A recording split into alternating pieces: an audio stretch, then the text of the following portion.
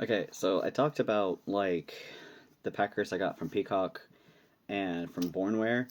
Um, I was sitting there thinking with my wife about how those tend to be out of the price range for people.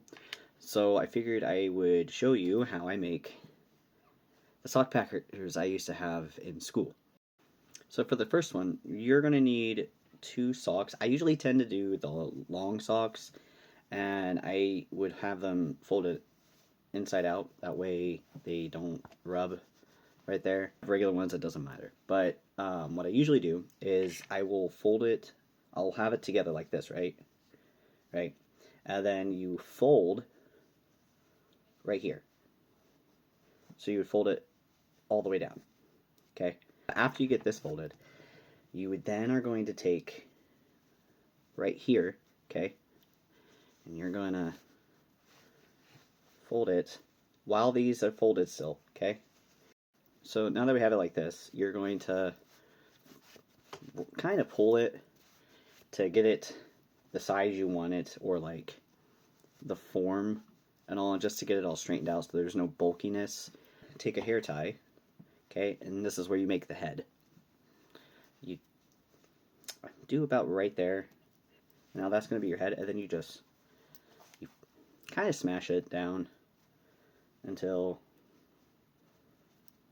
you get a packer. This next one is going to be a little bit more tricky. You're going to get 3 socks, but I use tape. So what you're going to do is you're going to roll up 2 into balls, right?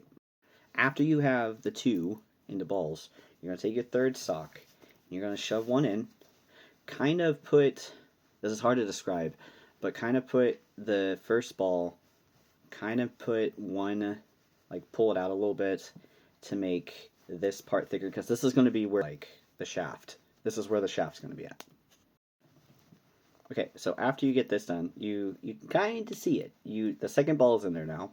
Kind of form it, right? But then you see this part, you're going to hide it. So you're going to just tuck it in.